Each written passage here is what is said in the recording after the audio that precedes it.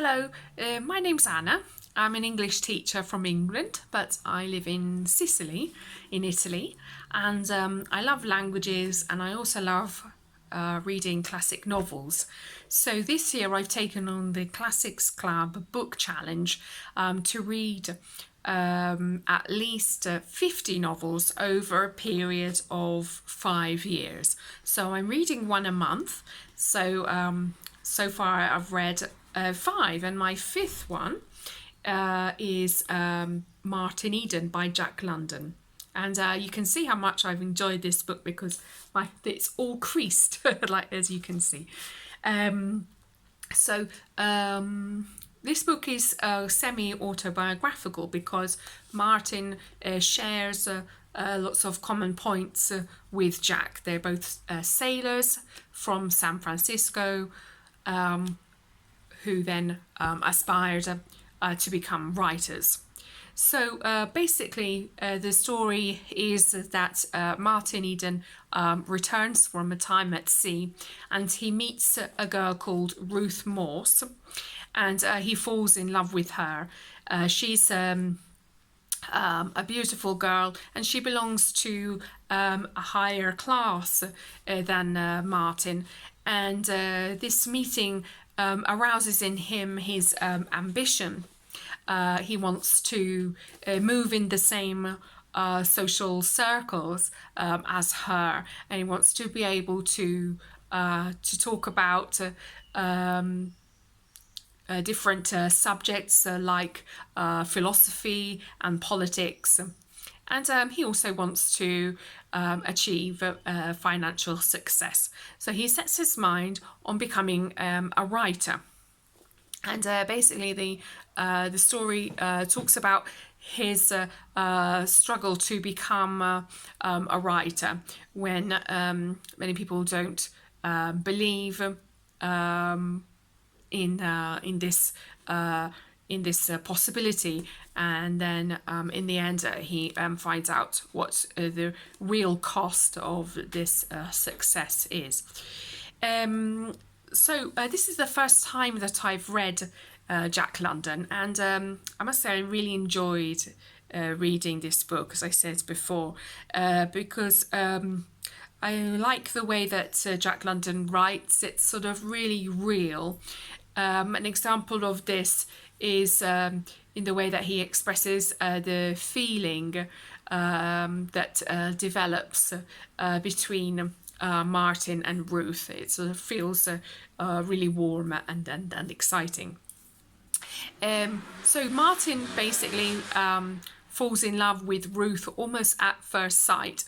But her attraction for him is more physical, and because he's a good-looking guy, so basically she wants to try to model him into the right sort of husband for her.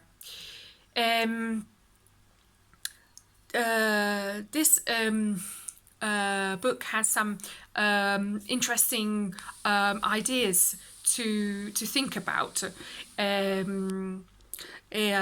For example, it's interesting to consider what really makes a person. Does a person have value for who they are or for their success or things that they achieve in life? When Martin Eden does become successful, he has problems with this because the same people who treated him badly when he was struggling suddenly want to know him and they want to be his friends. And he finds this difficult to understand because when he was struggling, he was exactly the same person as he was when he achieved success. And in fact, everything that he wrote that later became successful, he wrote while he was struggling. And he uses this term, it is work performed. So, the question is, if, why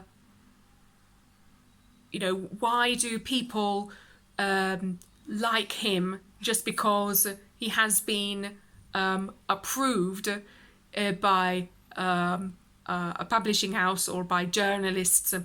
They don't like him for who he is, simply for who he is, but only after he achieves approval. So yes, an interesting question that we can ask ourselves, and it sort of helps you to reflect on the fickleness. I don't know if that's a word, but the fickleness of society and of the world's attitude towards fame, because Martin himself sees the value in people who are working every day, and so that sort of contradicts his original ambition. So yes, really, really interesting questions to think about in this book. So I really recommend it. And yes, as I said, I liked the way that Jack London wrote. So I'm going to try some of his other novels as well. But next month, I'm going to read The Secret Garden. And this is a children's book that I read when I was little. And yeah, I really like the idea of a secret garden, so I'm really looking forward to going into that book next month. So I'm going to be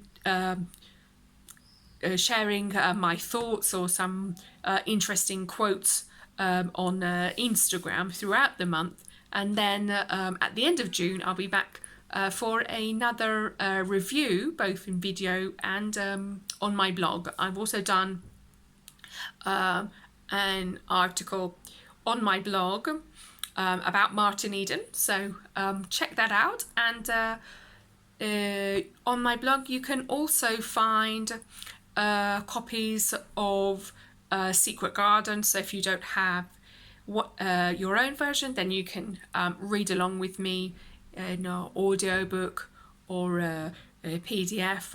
I've also got some graded readers, so you can join along with me then. So I'll see you again at the end of June. Okay, thanks very much. Bye.